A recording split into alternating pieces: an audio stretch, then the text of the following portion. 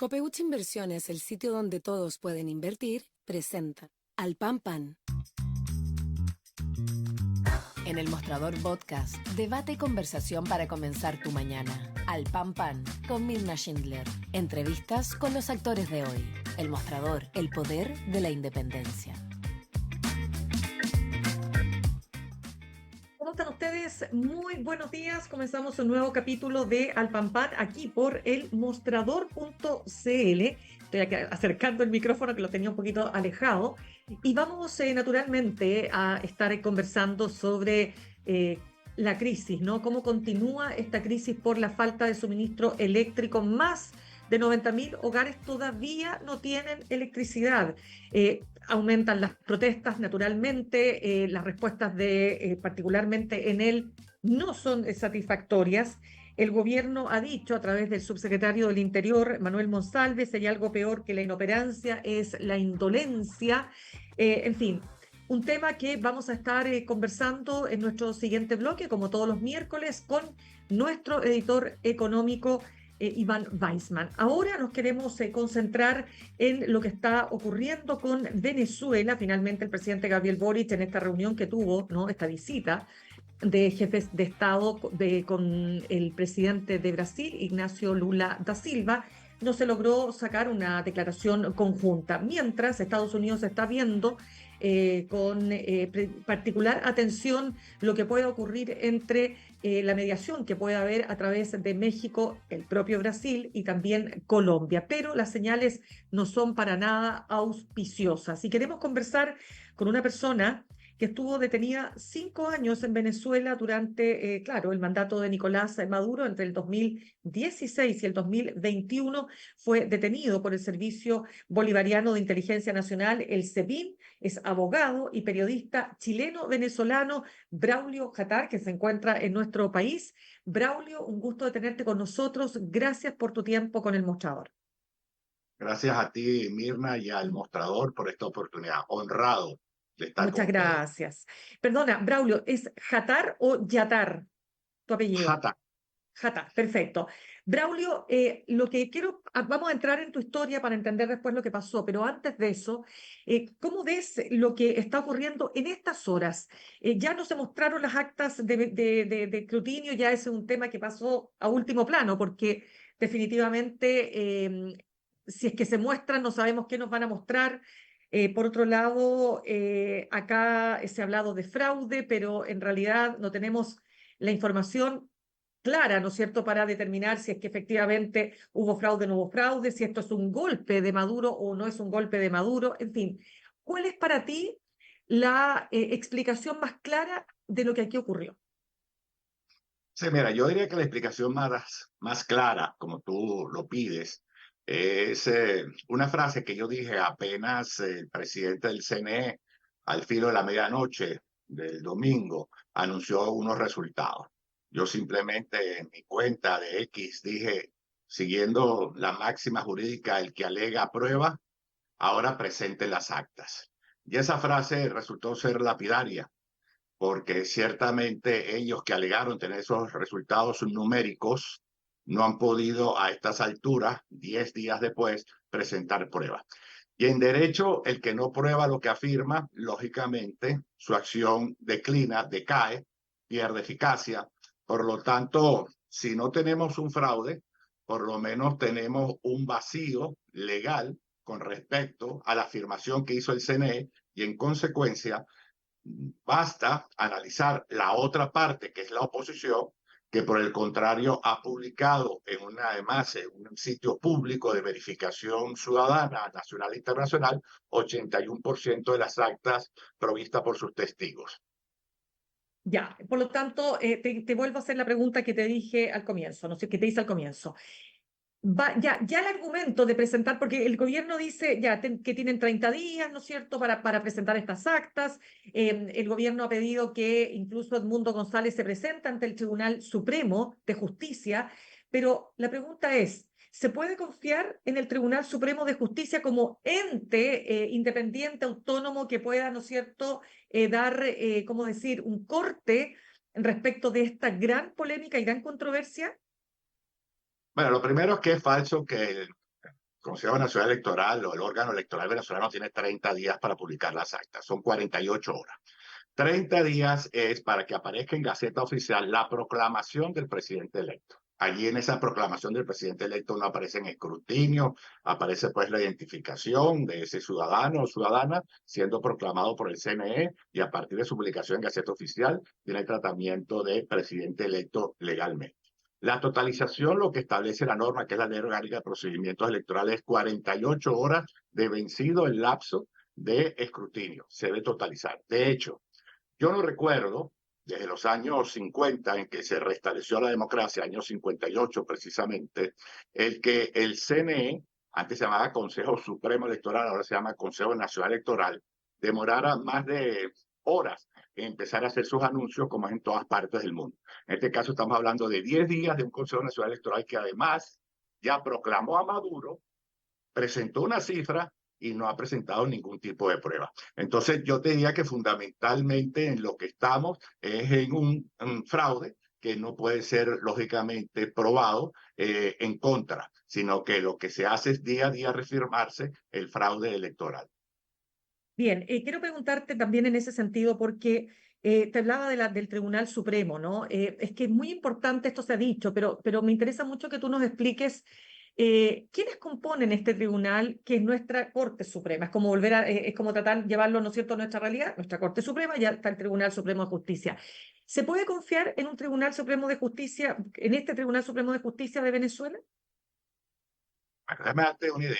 El que es presidente del Consejo Nacional Electoral era Contralor que inhabilitó a María Corina. Ese es el presidente del órgano electoral.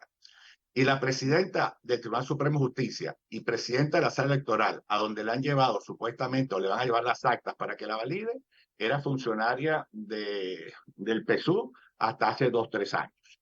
Es decir, estás hablando de que en todos los órganos del poder público hay militantes del PSUV que han ocupado distintos cargos de relevancia o simplemente son abiertamente militantes del Partido Socialista Unido. El Tribunal Supremo de Justicia no es un órgano independiente. De allí que en una decisión a la que llevaron a María Corina en el mes de diciembre, bajo el criterio de que iba a permitir su inscripción, terminaron inhabilitándola, como seguramente es lo que se pretende ahora, validar una elección que nadie en su sano juicio puede validar porque no ha presentado una sola prueba de los números que develaron al principio del proceso y que ahora ese Tribunal Supremo, en manos del oficialismo, pretende validar sin que muestren las pruebas al ciudadano y a la comunidad internacional. Bueno, no olvidemos que el Centro Carter, ¿no es cierto?, que es un organismo, ¿no es cierto?, veedor de elecciones, ¿no? Ha señalado que no se cumplieron acá ninguno de los elementos necesarios para definir que este proceso había seguido, ¿no es cierto?, las normas democráticas, ¿no? Tanto así que se fue del país haciendo una declaración que fue muy, muy dura. A ver, para entender entonces lo siguiente, tenemos 10 días, como dices tú, que han pasado desde la elección del domingo 28 de julio. ¿Qué se espera? ¿Qué esperas tú? ¿Qué espera la oposición que ocurra? Mira, ahorita fundamentalmente, yo supongo que por eso el presidente Boric le puso una pausa a un pronunciamiento que iba a hacer sobre el caso Venezuela, es que hay unas diligencias a las cuales Estados Unidos también está apostando. No sabemos si van a producir resultados, porque todos los procesos de diálogo con el régimen de Maduro han resultado un fracaso, como lo saben todos ustedes. Brasil, Colombia y México están haciendo, vamos a decir, puentes con Maduro para que bien reconozca los resultados, que es lo que le corresponde, o bien lleguen a una solución intermedia que algunos denuncian que pudiera ser un llamado a nuevas elecciones. Este segundo supuesto, quiero pensar que tiene menor fuerza que el primero. Déjame decirte algo, Mirna, porque es importante. Por favor. Recordemos que Edmundo González gana con casi el 60 y tanto este proceso electoral, siendo un desconocido hace 2 meses. Y tú me dirás, bueno, desconocido hace 2 meses. Es que además la oposición no tuvo acceso ni a la televisión pública ni a la televisión privada para poder hacer su campaña. Por otra parte, María Corina no tiene acceso a ningún transporte aéreo porque está vedada por el Instituto Nacional de Aeronáutica Civil. María Corina tiene que trasladarse en Venezuela si va a la región insular, donde nosotros tenemos nuestras oficinas del periódico, tiene que ir en un bote o en algún tipo de transporte naviero, ella nunca revela cuál es, porque no puede trasladarse a ninguna parte de Venezuela en avión. Es decir, estos resultados que ustedes están viendo, que aparecen abultados, pasaron previos por inhabilitación de María Corina, no posibilidad de publicidad ni en radio, ni en televisión, ni en ningún medio impreso. Puras redes, con una candidata que sacaron del juego, que había ganado la primaria con el 23%, y tuvo que ir con un afiche del Mundo González recorriendo cada pueblo de Venezuela para que en 2 meses la gente supiera que el candidato que no era ella era el Mundo, y con eso sacaron casi el 70% de los votos. ¿Tú te imaginas en condiciones normales cómo sería este resultado y cuál es el verdadero sentir de Venezuela? Entonces, ante esa realidad, lo que le corresponde a Brasil, a Colombia y a México es obligar a Maduro a hacer lo que hace cualquiera que va a un proceso donde hay un contradictorio o donde hay una competencia. El que gana, gana, y el que pierde, pierde. Pues este quiere perder y quedarse ganando. Ya, pero lo que quiero entender es lo siguiente. Conversamos hasta ahora con Braulio Jatar, abogado y periodista chileno venezolano. Braulio, lo que ocurre acá es que naturalmente Maduro, y ahí te pregunto, ¿no? Tú que conoces, digamos, más de cerca naturalmente lo que ha ocurrido, o sea, lo que es el régimen. ¿Tú te imaginas que él iba a exponerse a una elección para perder? O sea, a lo que voy, para ti, ¿esto estaba todo planificado? O sea, se partía de la base, hipótesis uno, voy a arrasar en estas elecciones. Hipótesis dos, sí, puedo perder, pero vamos a alterar los resultados. ¿Cuál de todas? ¿Cuál de las dos quiero decir? Mira, yo te diría que la primera, sabes que cuando uno está tanto tiempo en el poder y solo recoge la historia, tú te desconectas con la realidad, estás rompiendo relaciones con WhatsApp, con X, con Facebook. eh, Antes se había, recuerdas, peleado con el propio Lula, se bajó del avión a perdón, Alberto Fernández, del expresidente de Argentina. Es decir, hay una desconexión con la realidad propio de los que se mantienen durante muchos años del poder y están rodeados solo de acólicos, de personas que le dicen, tú sabes, a lo que llaman los americanos el yes man, sí a todo, y eso a mí me luce que es la primera aproximación a la respuesta a tu pregunta. En segundo lugar, ten en cuenta de que ellos siempre han podido usar la división de la oposición y la abstención como unas maquinarias simultáneas que le han producido resultados mucho más estrechos que con un componente que es que ellos manejan hasta un 10-15%, dicho yo en otras entrevistas, de centros electorales con una sola mesa que están exclusivamente bajo su control, poder de alguna manera lograr algunos triunfos. En este caso, como el margen era tan inmenso y ellos no pensaban que en 60 días un señor que nadie conocía en Venezuela, incluyéndome a mí, que soy abogado y periodista y tengo 66 años, iba a ser imposible el poder presentar a este candidato a una población que además no tiene acceso a medios de comunicación, una población que además puede ser rural, puede ser remota, pero es que es rural y remota inclusive en las capitales, porque todos dependen de lo que las redes sociales le informen. Una población que con el salario mínimo entre $5 y $3, de acuerdo al cómputo que tú hagas, no tiene acceso a teléfonos celulares, no tiene acceso a computadoras. Entonces, con toda esa cantidad de obstáculos, la presunción lógica era, nosotros tenemos 25 años en el poder, todo el mundo sabe quién es Maduro, el otro no sabe ni dónde, cómo lo van a conseguir en el tarjetón digital, por lo tanto podemos pensar que vamos a ganar. Pues el pueblo le dio una respuesta contundente. Ya, y por lo tanto, si esa era que es muy probable que así ocurra, como dices tú, es como los dictadores, ¿no es cierto?, que se miran a sí mismos con este séquito de aduladores o de personas que derechamente, tal como él, están desconectadas de la realidad, sin duda. Pero más allá de aquello, porque más allá de la desconexión de la realidad, aquí hay un beneficio que mantener, aquí hay prebendas, ¿no? Aquí hay, digamos, privilegios que se verían terminados, ¿no es cierto?, si es que efectivamente se acaba el régimen. Entonces, ahí te quiero preguntar, teniendo en cuenta los resultados, ¿qué es lo que ocurrió en esas horas? Pasaron 4 horas o 5 horas donde el CNE no entregó más resultados. ¿Qué crees tú que pasó ahí? Fíjate, Mirna, para que entiendas un poquito cómo es el nivel de blindaje que ellos tienen. Ellos, cuando tú vas a votar, primero ten en cuenta que existe un control social absoluto sobre la población, sobre todo los más desfavorecidos de la sociedad. Ese control social pasa por programas de entrega de bolsas de comida, subsidio en algunos casos al diésel, al gasoil, a la gasolina, como se quiera llamar, ayudas a través de unos bonos que llaman bonos patria, que si tú te portas bien te mandan $30 a una cuenta que tienes abierta en un banco del Estado. Esos datos del Banco del Estado ellos lo tienen, ellos controlan todos los usuarios de la única empresa de telefonía que existe en Venezuela con, vamos a decir, fibra óptica, que es CanTV, controlan bancos, son dueños de bancos, tienen esa nómina completa. Es decir, tienen por lo menos, yo te diría, entre 2 y 3 millones de personas empleados de ellos. Y ese 2 y 3 millones de personas empleados directos, súmale a eso a los que no están empleados pero reciben ayudas sociales, forma una gran lista con todos los datos. ¿Qué hacen? Que previo a tu ir a votar pasas por lo que se denomina un punto rojo. Ese punto rojo es una especie de carpa que puede o no tener ya el color rojo para, vamos a decir, simular un poco ese control, y tú te anotas allí antes de ir a votar. Entonces tú llegas y dices, aquí estoy compatriota, soy Braulio Jatar, lo buscas en la mesa, pones mi cédula, y esa información pasa directamente vía inalámbrica a través de una conexión de redes que ellos tienen a una sala situacional, donde en esa sala situacional, estado por estado, centro de votación por centro de votación, mesa por mesa, va reportando lo que yo estoy convocando a través de este control social a mis mesas electorales. Con esas estadísticas, ellos van más o menos configurándose unas posibilidades de éxito o derrota.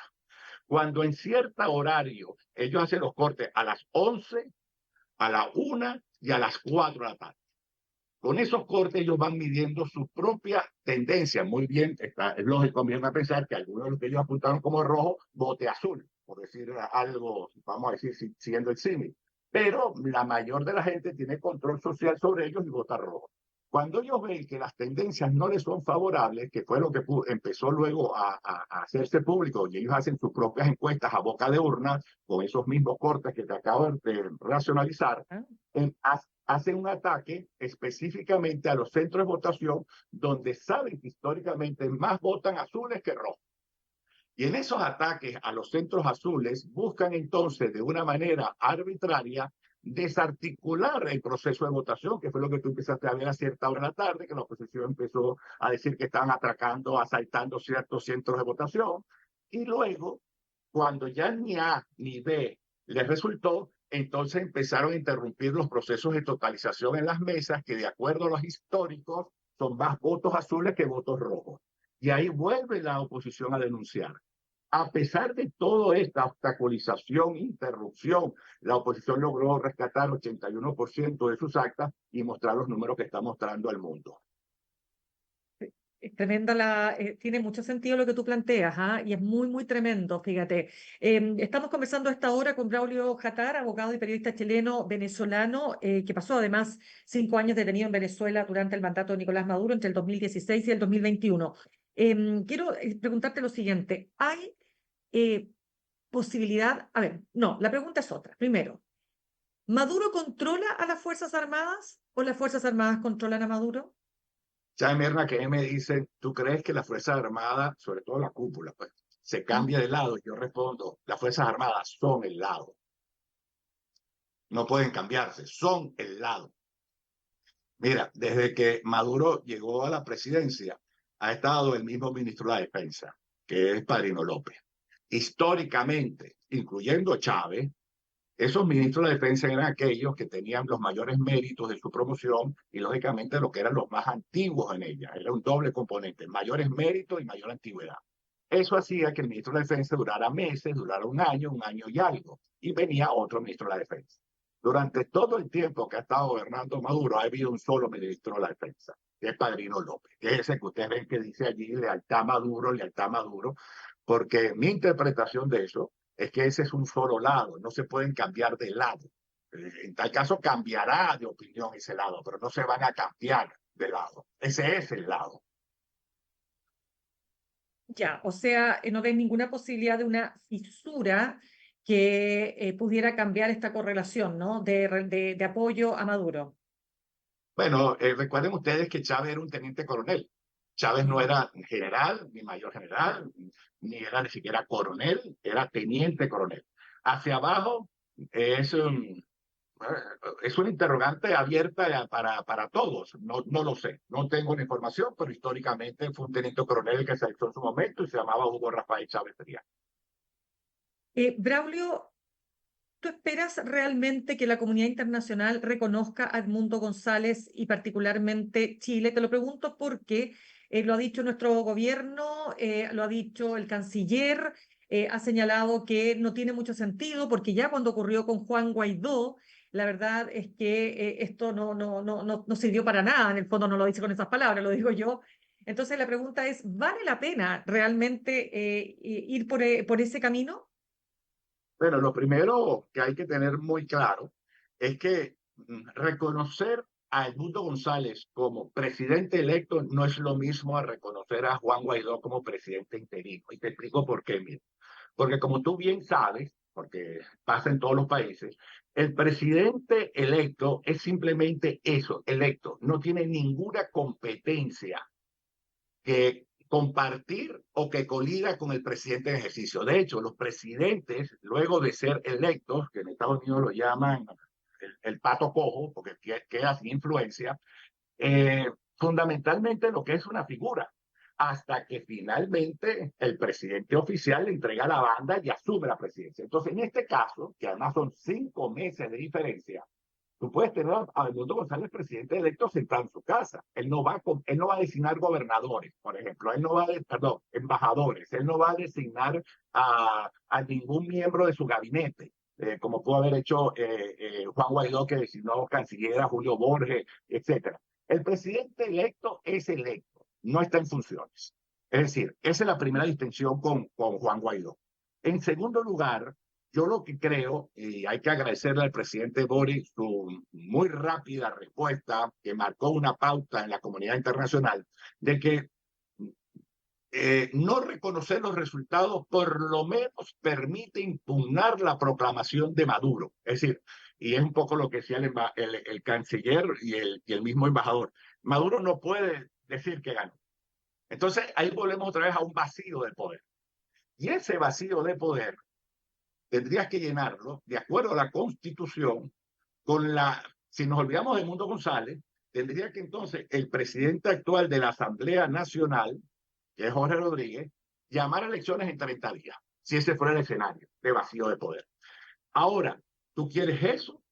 ¿O quieres reconocer al Mundo González, que todo el mundo sabe? Yo creo que ya todo el mundo sabe que Mundo González ganó, ¿no? Yo no creo que nadie tiene duda, ¿no? Ni el Partido Comunista ya de Chile, sus más radicales, insisten en el mismo discurso de que tenemos que aceptar los resultados del CNE. Nadie está aceptando los resultados del CNE, nadie, a menos que tú quieras aceptar lo imposible. Entonces yo te diría, reconocer al Mundo González como presidente electo no implica contradicción en las competencias de ambos presidentes. No es lo mismo. Segundo, ¿por qué se está diferiendo eso? Quizás esa era la intención del presidente Boric cuando dijo que yo voy a hacer mi anuncio después que se fuera Lula. No lo dijo así, pero los tiempos daban eso. No quiero comprometer a Lula con mi anuncio. Por lo mismo que Estados Unidos dijo ayer, estamos esperando la gestión de Brasil, Colombia y México, a ver si aquí esto entra en una racionalidad distinta y tan pronto se imponga esa racionalidad, el que sacó más votos sea designado presidente electo y seguimos con el proceso de transición. Y además te digo algo, Mirna, y perdona que me extienda, que es No, lo por que favor. yo pensé que es lo que yo pensé que Maduro había trabajado, porque ¿para qué pusieron elecciones en julio cuando tú entregas el poder en enero? Si no es para actuarte un tiempo, para preparar tus cosas 5 meses, ¿qué dije yo? Se van a decretar ley de amnistía de ellos mismos, se van a decretar indultos, se van a hacer un trabajo jurídico que los proteja de todo tipo de persecución política. Yo entendía que estos 5 meses era para eso porque todas las encuestas nacionales e internacionales de cierto prestigio daban la paliza que terminaron dándole. Entonces uno pensó que Julio servía para esa transición con ellos en el poder, pero ni eso han querido aceptar. Son derrotados, tienen 5 meses de transición y se quieren quedar. Bueno, entonces es un poco más complicado ya. Ya, pero entonces, pero es que, mira, es que es súper difícil esto porque, claro, es casi jugar al oráculo, Braulio, ¿no? Pero el punto es que uno no se imagina de qué manera, o sea, qué tendría que ocurrir que no sea algo muy grave y que esperemos que no ocurra, como un baño de sangre naturalmente, para que el régimen decida, digamos, reconocer esta elección, reconocer el triunfo, ¿no?, de Edmundo González. Bueno, cuando tú estás en estos escenarios inciertos, hablemos que tú y yo somos asesores ahora de Maduro. Y yo como abogado me gusta ponerme en ambos lados, ¿no? Es la obligación que tenemos los abogados. Mira, uno, tú tienes alguna incertidumbre. Tú no sabes si la gente, a diferencia de Guaidó, que Guaidó lo que hizo fue llenar un vacío de poder en unas elecciones donde la oposición no participó. En este caso, tú te robaste los votos de unos millones de electores. O sea, aquí no hubo un vacío de poder. Aquí la gente fue cívicamente, pacíficamente, depositó su voto, saben que ganaron y ganaron ampliamente y alguien les robó el voto. Emocionalmente no es lo mismo. Entonces, primero tú tienes una especie de inestabilidad social, que no es el caso de Juan Guaidó. En segundo lugar, tú no sabes qué inestabilidad tienes cuadros abajo en el órgano militares y te explico por qué con la estructura militar. Ya. Porque en Venezuela, a través de algo que se llama el Plan de República, aquí hay algo parecido, pero no es exactamente igual, se desplaza todo el ejército por todas las mesas, por todos los centros electorales, traslada todo el equipo electoral y además es testigo presencial del conteo de cada mesa. Hay un soldado oyendo todo lo que se canta en la mesa. Entonces, todos esos soldados, toda esa estructura militar oyó el mismo conteo que produjeron las máquinas, que luego produjeron las papeletas, que luego la oposición publicó. Es decir, hay una estructura militar que sabe y además parece, porque estamos hablando de rangos medios y bajos, que son, tú sabes, los que no tienen los beneficios de los que están, tú sabes, en esa nomenclatura política, que saben cuáles son los verdaderos resultados. Entonces tú tienes un problema con un electorado que votó masivamente por uno que le robaron las elecciones, luego tienes a unos militares que ellos fueron testigos de la cantada del número como si fuera un bingo y ellos lo saben. Y en tercer lugar, hay un elemento que no es necesariamente un incentivo propiamente dicho, pero que es una realidad. Y es que Maduro, Diosdado Cabello, Padrino López, tienen juicios abiertos en Estados Unidos por el Distrito Sur de Nueva York por narcotráfico.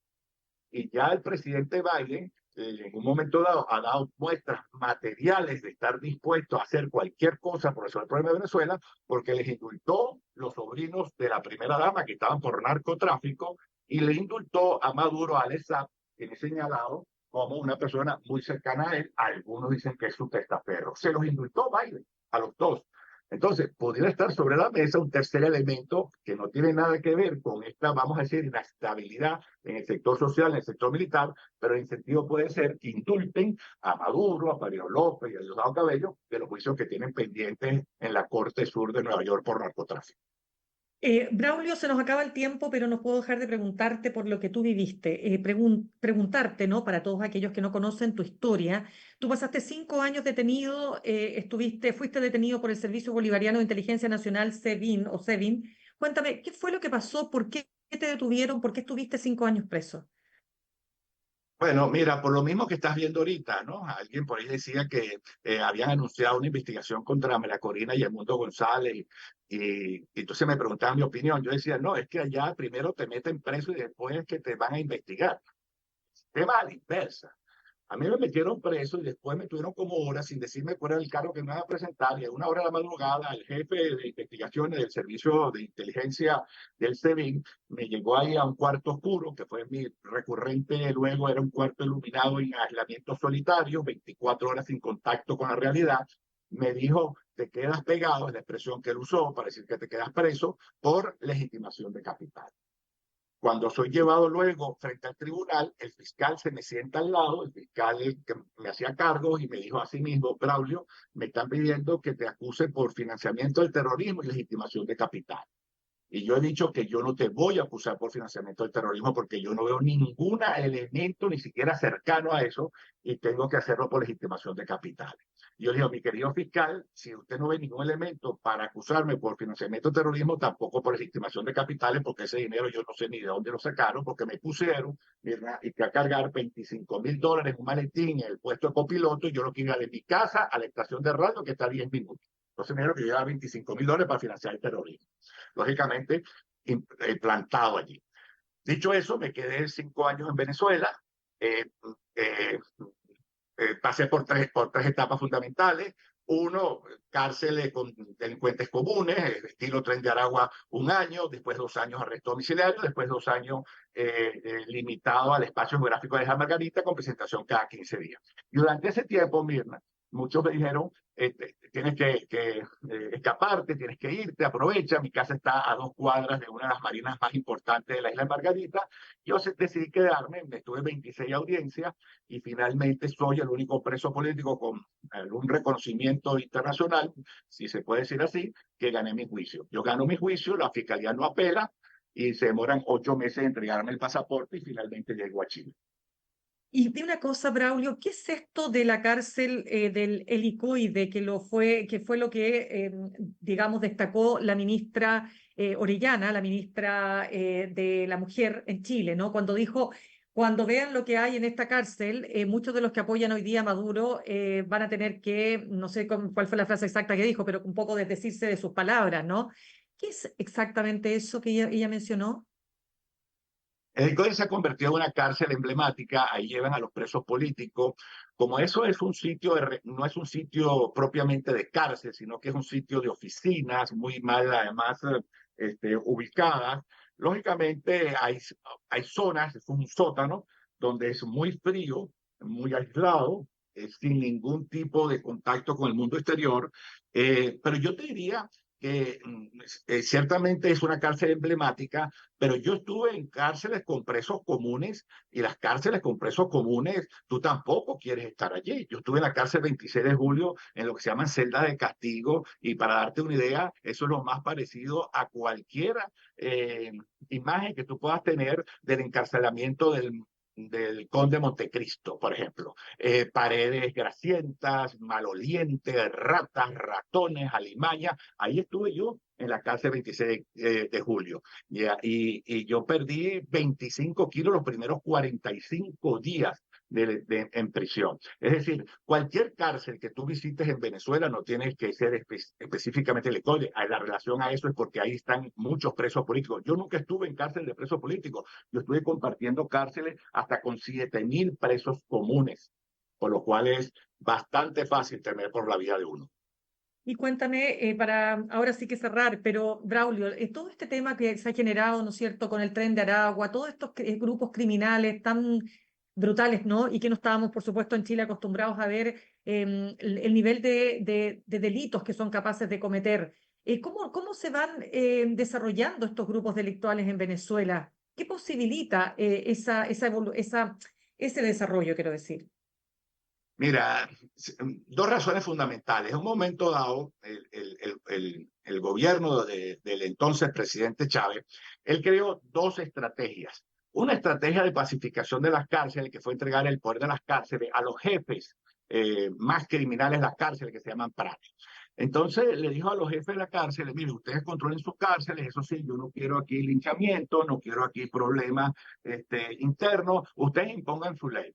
Y esos planes, para imponer su ley, empezaron a pedir y a negociar y a comprar armas de alto calibre, armamento sofisticado, de alto poder de fuego, bajo el argumento que para ellos mantener a 7.000 delincuentes comunes bajo control, necesitaban ellos estar muy bien armados. Y por otra parte, en algunos barrios se creó lo que se llamó zonas de paz, que era más o menos lo mismo que la cárcel, donde a los más malandros le dijeron, mira, tú mantén aquí la paz social en este barrio, y nos rindes cuentas a nosotros. Y ese malandro y esas bandas y esa cantidad de desalmados que dijeron, bueno, para yo mandar control en todo este barrio, yo tengo aquí unas pistolas, tengo unos rifles, pero yo necesito armas de mayor poder porque las otras bandas pueden venir aquí y de alguna manera en las cárceles se llama volcar el carro cuando era un golpe de Estado o derrumbar al jefe, que es como se dice en el barrio. Entonces, el mismo gobierno, bien porque se las vendieron por debajo de mesa, bien porque las adquirieron,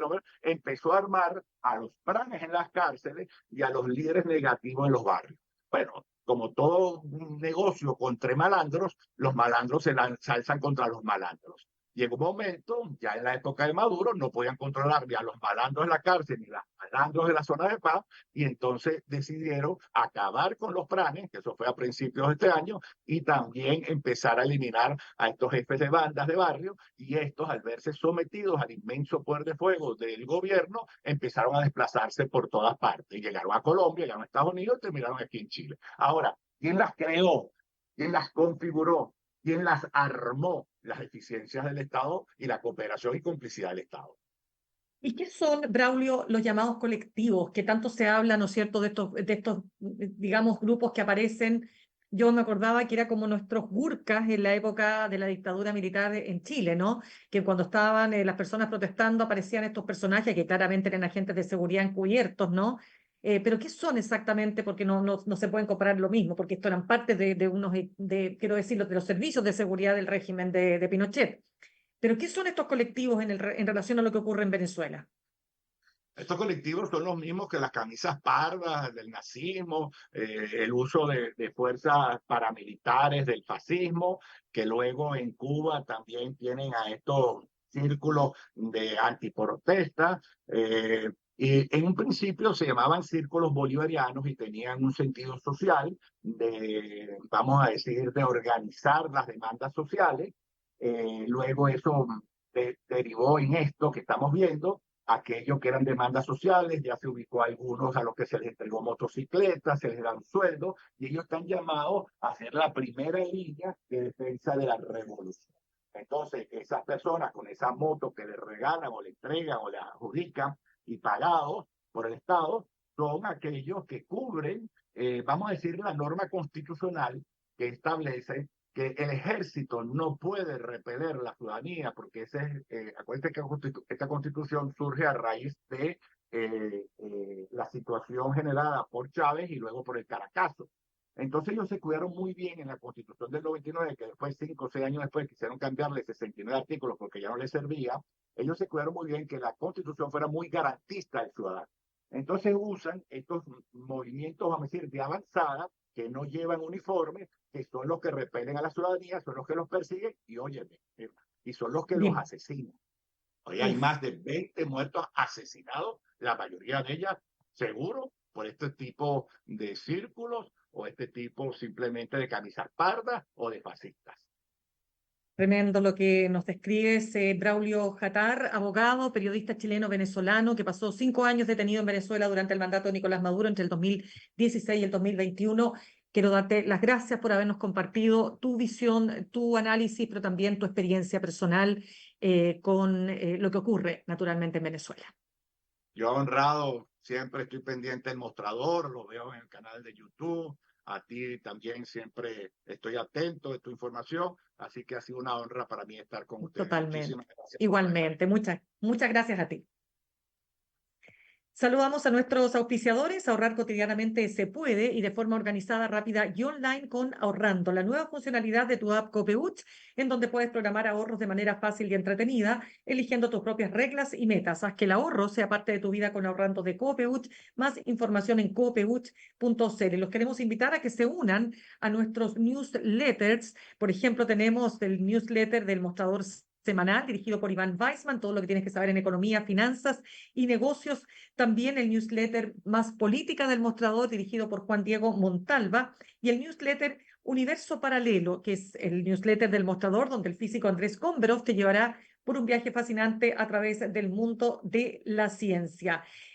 Vamos a ir un corte muy chiquitito y ya vamos a estar de vuelta con Iván Weissman y todo lo que tienes que saber respecto de lo que ha pasado con los cortes masivos de luz para partir conversando. Ya regresamos. En instantes, una nueva entrevista en Al Pan Pan con Mirna Schindler por El Mostrador Podcast, el poder de la transparencia.